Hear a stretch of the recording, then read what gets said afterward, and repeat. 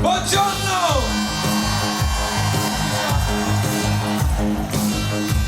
Daar zitten de mensen aan. Schick eens me dan. Leidinggeven in de ogen, ik draai met de kop en een vers bij ja. Ik ga land ook gepeld, maar ik pak er niet op, weer wat constant bezang. Ja, nu staat met je mond, maar de woning te vol naar een sport van zijn bad. Een sport van zijn bad. Schick eens me dan.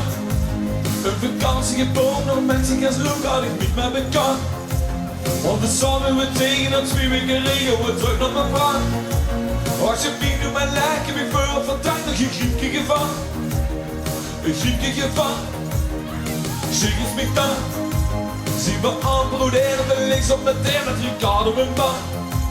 Ik denk dat het voor rijk, ik kom vol op de bank, de zuster ja man. Maar ze vreemd met de zuiden, de piep hoe het gaat, in zijn warrel bestaat. Dat is de piep hoe het gaat. Soms zit er even niet meer, met z'n blij en z'n innerlijk dat niks meer. En we zijn een even gehad, dus de chic is me daar.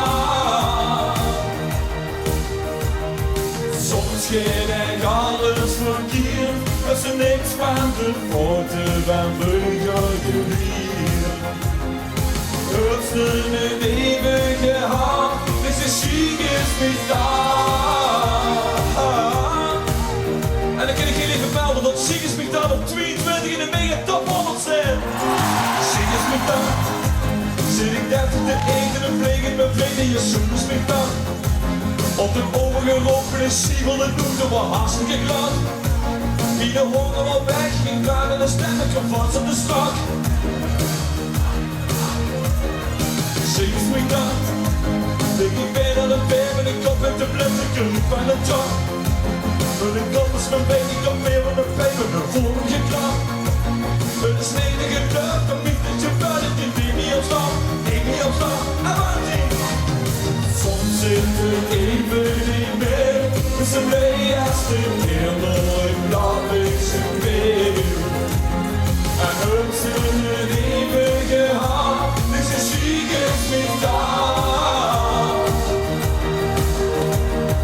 Soms gaat ik alles verkeerd, met z'n niks van de woorden van vroeger geleerd. Hun zijn het even gehad, dus de chic is niet daar.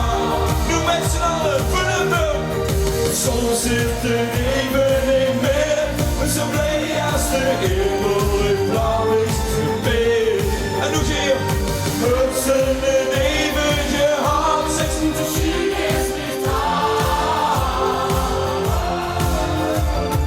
Soms gaat ik alles verkeerd, met z'n niks van de woorden van vroeger geleerd.